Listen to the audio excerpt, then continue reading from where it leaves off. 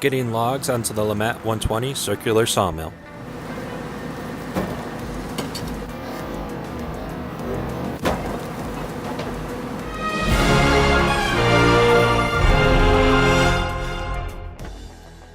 Hello YouTube, and welcome to another episode of KM.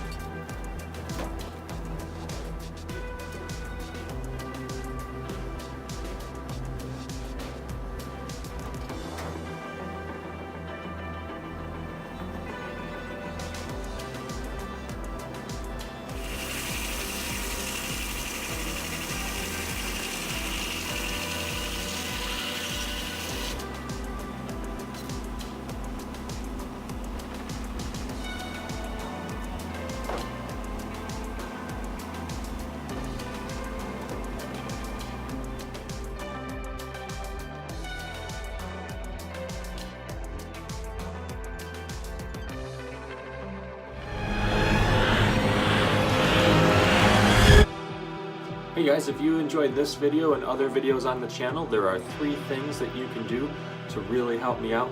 Number 1 is to hit the thumbs up, the like button below.